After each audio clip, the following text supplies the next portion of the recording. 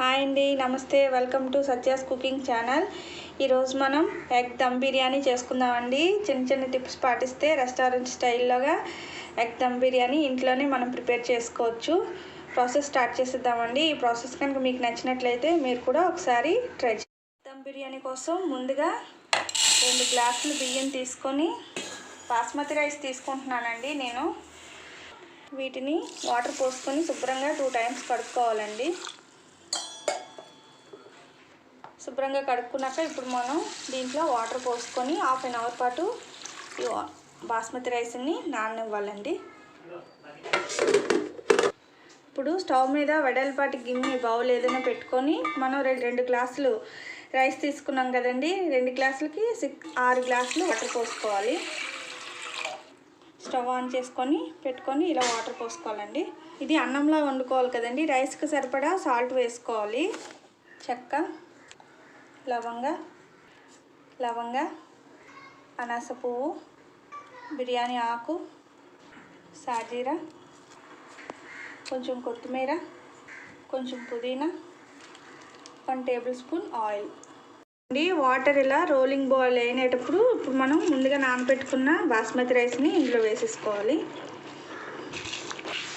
ఇప్పుడు దీన్ని ఒకసారి ఇలా మిక్స్ చేసుకొని ఉడకనివ్వాలండి. సాల్ట్ సరిపోయిందా లేదా అనేది వాటర్ ఒకసారి చూసుకోండి. కొంచెం ఎక్కువ ఉన్నట్టు అయితే సాల్ట్ మనకి రైస్కి సరిపోద్ది అనమాట.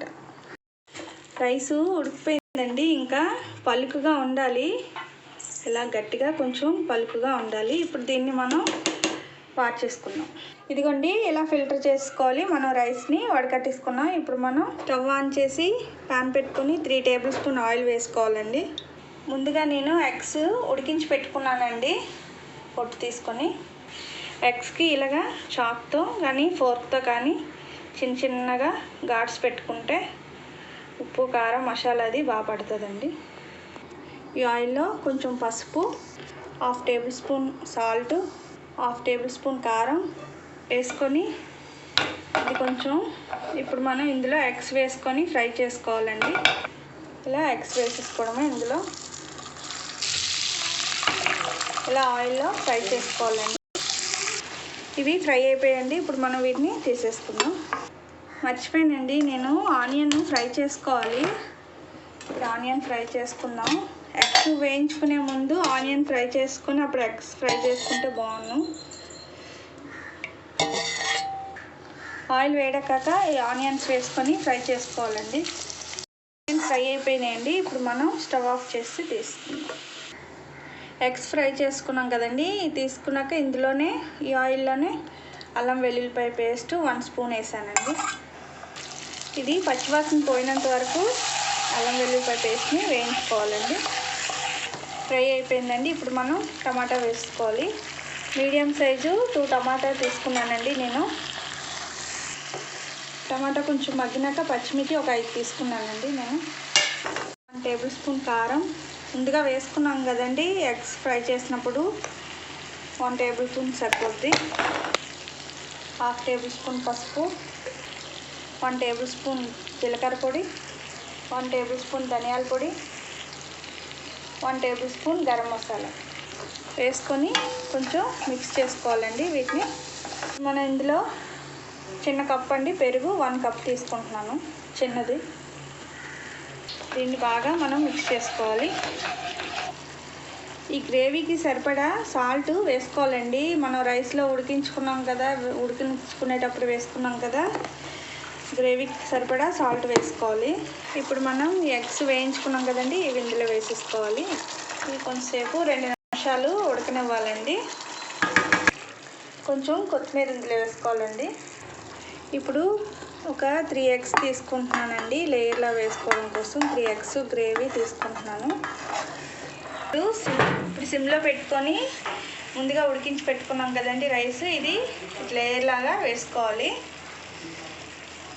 ఫ్రైడ్ ఆనియన్స్ ఇలా వేసుకోవాలండి. కొంచెం కొత్తిమీర, కొంచెం పుదీనా. ఇప్పుడు ఎగ్ తీసుకున్నాం కదండి, ఇది ఇందులో వేసుకోవాలి. మసాలాని కూడా ఇందులో ఇలా వేసుకోవాలి. దీనిపైన మళ్ళీ రైస్ లేయర్లాగా ఇలా వేసుకోవాలండి. ఈ రైస్ని ఇలా స్ప్రెడ్ చేసుకోవాలండి లేయర్ లాగా. దీనిపైన మళ్ళీ కొత్తిమీర, పుదీనా, ఆనియన్, ఫ్రైడ్ ఆనియన్. దీనిపైన 2 టేబుల్ స్పూన్ నెయ్యి వేసుకోండి. దీనిపైన మూత పెట్టుకొని 10 మినిట్స్ పాటు దీన్ని కుక్ చేసుకోవాలండి సిమ్లోనే. 10 మినిట్స్ అయిపోయిందండి. ఇప్పుడు స్టవ్ ఆఫ్ చేసుకొని మూత ఒకసారి ఓపెన్ చేసి చూద్దామండి. ఇదిగోండి రెడీ అయిపోయిందండి ఎగ్ దమ్ బిర్యానీ. ఇప్పుడు మనం ఇలా దీన్ని నెమ్మదిగా కలుపుకుంటూ, ఇదిగోండి ఎగ్ దమ్ బిర్యానీ రెడీ అయిపోయింది. ఈ ప్రాసెస్ కనుక మీకు నచ్చినట్లయితే లైక్ చేయండి, షేర్ చేయండి, సబ్స్క్రైబ్ చేయండి. ప్లీజ్ నా ఛానల్ని సబ్స్క్రైబ్ చేయండి. Thank you for watching.